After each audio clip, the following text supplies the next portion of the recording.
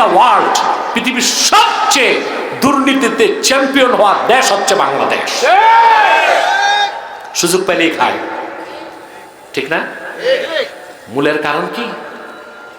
আমরা যাদেরকে অফিসার বানাই, ডিসিএসপি, আমলা কামলা, নীতি নির্ধারক, এদেরকে আমরা ক্যাডার বানাই, উচ্চপদস্থ কর্মকর্তা, কিন্তু এদেরকে বুজুর্গ বানাই না, আল্লাহওয়ালা বানাই না, চরিত্রবান বানাই না।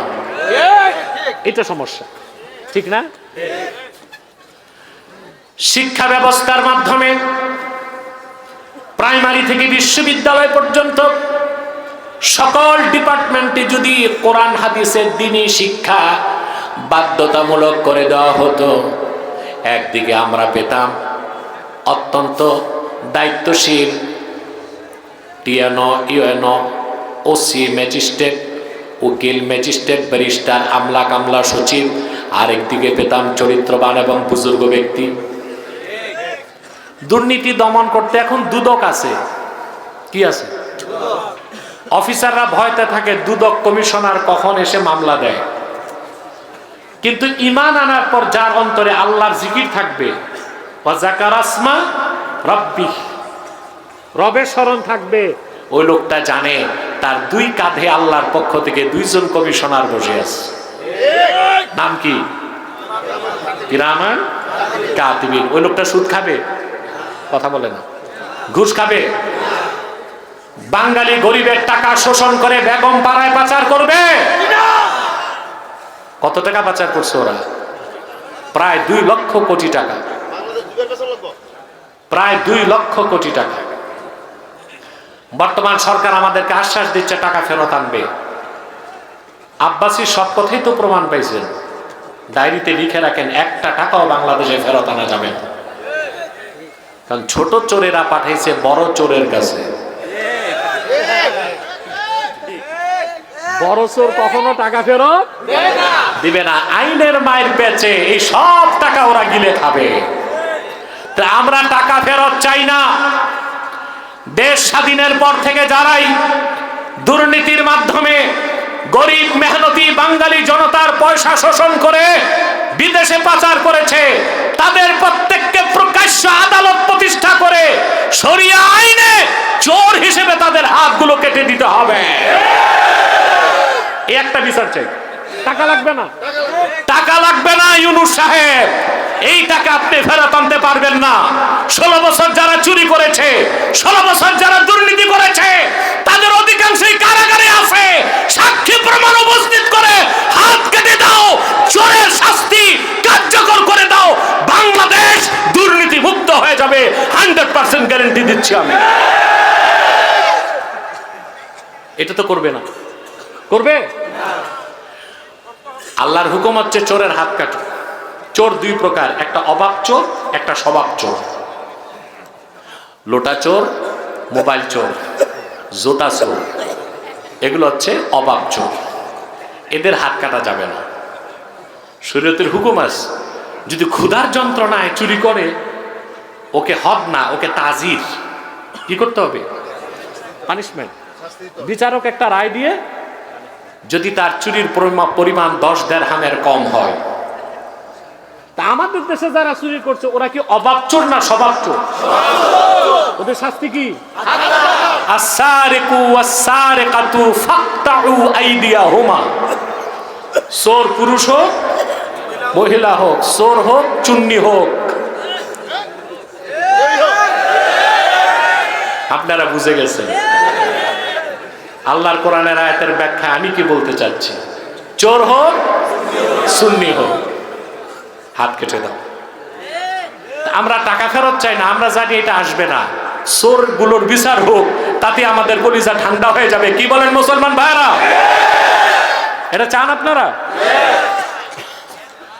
তাহলে আল্লাহ 3টা কাজ দিয়েছেন। ঈমানের হৃদয় পবিত্র করা, ওয়া যাকারা আসমা রাব্বিহ, রবের নামের জিকির। এটার ব্যাখ্যা হচ্ছে ইস্তিহদারু মারিফাতিল্লাহি আযজা ওয়া জাল্লা ফিল কলব। সর্বাবস্থায় আল্লাহর পরিচয় অন্তরে থাকতে হবে। 3 নাম্বার ফাসাল্লাহ, এটা হচ্ছে ওয়াল মুদাওয়ামাতু ফি খিদমাতিল্লাহ, সর্বক্ষণ আল্লাহর ইবাদতে নিয়োজিত থাকা। এখন 24 ঘন্টা তো ইবাদত করা যায় না। যে জামাতের সাথে 5 ওয়াক্ত নামাজ আদায় করলো, ধরে নেওয়া হলো সে তার জীবনটা আল্লাহর ইবাদতে উৎসর্গ করে দিল। কত নামাজ? বেনামাজি আছেন তো এখানে? আমি একটা কথা বলি, বেনামাজি কাফের কি কাফের না, ইখতিলাফ আছে। আহমদ বিন হাম্বল বলেছেন রাহমাতুল্লাহ, ইন্না তারিকাস সালাতি ইউকাফফারু ওয়া ইউকতালু মুরতাদ্দা। বেনামাজিকে কাফের ফতোয়া দেওয়া হবে, মুরতাদ হিসেবে কতল করা হবে। মুরতাদ হিসেবে, তার মানে বেনামাজিকে হত্যার পর তার গোসলও নাই, দাফনও নাই, কাফনও নাই। বড় কঠিন ফতোয়া না? আবু হানিফা, শাফি আর মালিক বলেছেন না, বেনামাজিকে কাফের বলা যাবে না। কিন্তু আশ্চর্যের বিষয়, শাফি আর মালিক দুইজন আবার বলছে শাস্তি মৃত্যুদণ্ড, এটা ঠিক। আবু হানিফা বলেছেন না, বেনামাজি কাফের না, হত্যাও করা যাবে না, ব্যাট লাগাইতে হবে। কি? ইউহবাসু ওয়া ইউদরাবু, অ্যারেস্ট করা হবে, হালকা কিছু দেওয়া হবে নামাজ শুরুর আগ পর্যন্ত, ঠিক না? কিন্তু চারো মাযহাবের সকল ইমাম একমত, ইন্না তারিকাস সালাতি আকবাহু মিন মুদমিনিল খামরি ওয়াল কাতিলি ওয়াস সারিকি ওয়াজ জানি। চার মাযহাব একমত, যে নামাজ পড়ে না সে জেনাকার, শরাবখোর, হত্যাকারী, খুনি, এই সবার চেয়ে বড় অপরাধী বেনামাজ। বুঝেন নাই? খুনি, চোর, শরাবখোর, জেনাকার, এদের সবার চেয়ে নিকৃষ্ট কে? জোরে বলতে হবে। বেনামাজির আরো জোরে বলো, কে?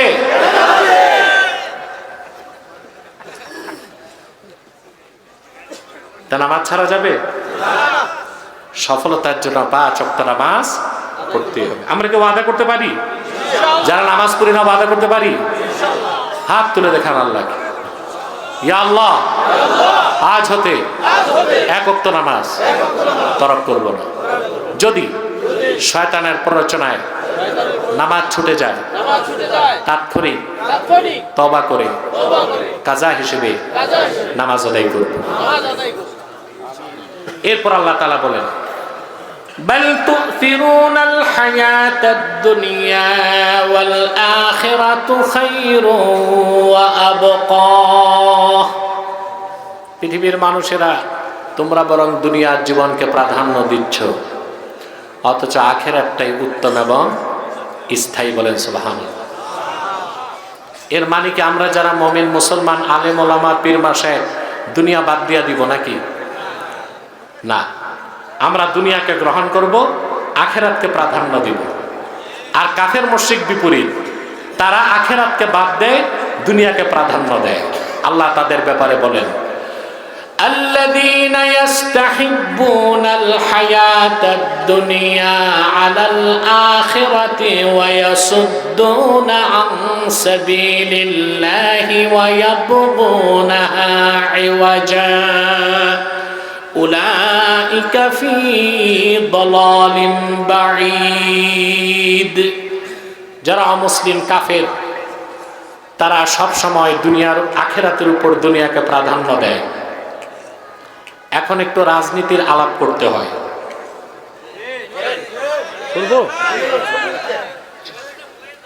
সংক্ষেপে। আমিও রাজনীতি বিশ্বাস করি, প্রচলিত রাজনীতি না, ইমাম হোসেনের খেলাফতের রাজনীতি বিশ্বাস করি। রাজনীতি যে ইসলামী রাজনীতি যে বিশ্বাস করবে না, তাকে মুসলমান বলার সুযোগ নাই।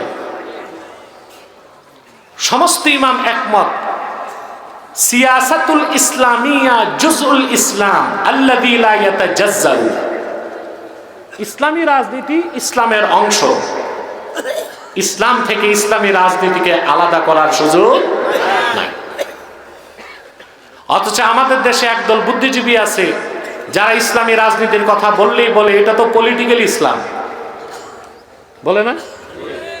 জিহাদের কথা বললে বলে এটা তো রেডিক্যাল ইসলাম। আর মসজিদে আর খানকায় বসে তসবিহ জপলে বলে এটা ঠিক, এটা সুফিবাদী ইসলাম। ঠিক না? ইসলামকে ভাগ করা যায় না। ইসলামী রাজনীতি পরিপূর্ণ ইসলাম নয়, পরিপূর্ণ ইসলামের অংশ। জিহাদ ফি সাবিলিল্লাহ পরিপূর্ণ ইসলাম নয়, পরিপূর্ণ ইসলামের অংশ।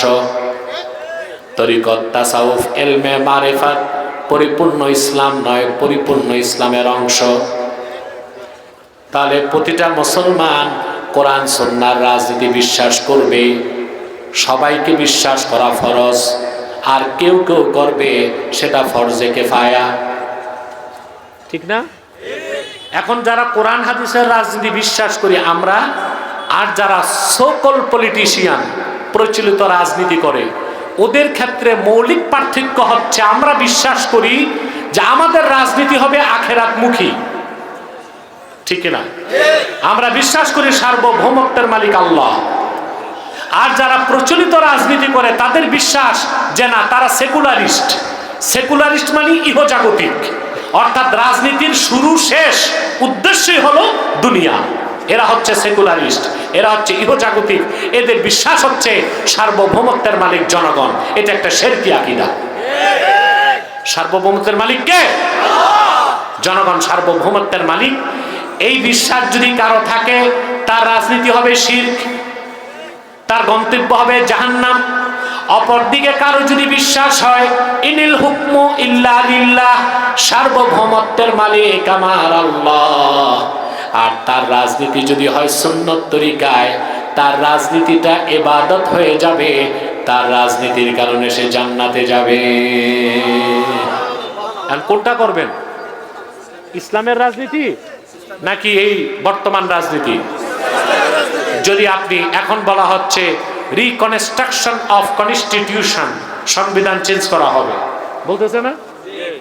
আপনারাও চান সংবিধান পরিবর্তন হোক? আরে বাবা, আপনারা তো বলতেছেন না, আপনাদের বয়ান কই? প্রত্যেক দল তো বয়ান দিছে। কি দিছে? প্রত্যেক দলের একটা বয়ান হয়ে গেছে। তা আমাদের ইসলামপন্থীদের বয়ান কই? আমরা চুপ কেন? আমাদের বয়ান হচ্ছে এটা, সংবিধান রচিত হবে কোরআন সুন্নাহর আলোকে, যে সংবিধানের মূল ভিত্তি হবে সার্বভৌমত্বের মালিক জনগণ নয় আল্লাহ সুবহানাহু ওয়া তাআলা। পারবেন?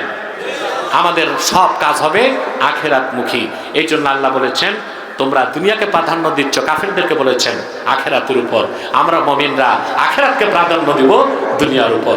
আল্লাহ বলেন ইন্না হাদা লাফি সুহুফিল উলা, আখিরাতের কথা পূর্বের সহিফাগুলো তো এসেছে, বিশেষ করে সুহুফি ইব্রাহিম ওয়া মুসা, ইব্রাহিমের উপর অবতীর্ণ সহিফা এবং মুসার উপর অবতীর্ণ তাওরাত কিতাবেও আখিরাতের কথা এসেছে। আমরা সফলতার জন্য যে কথাগুলো শুনলাম, এই কাজগুলো করবো ইনশাআল্লাহ। সাদাকাল্লাহুল আযীম ওয়া সাদাকা রাসূলুহুন নবিয়ুল কারীম ওয়া নাহনু আলা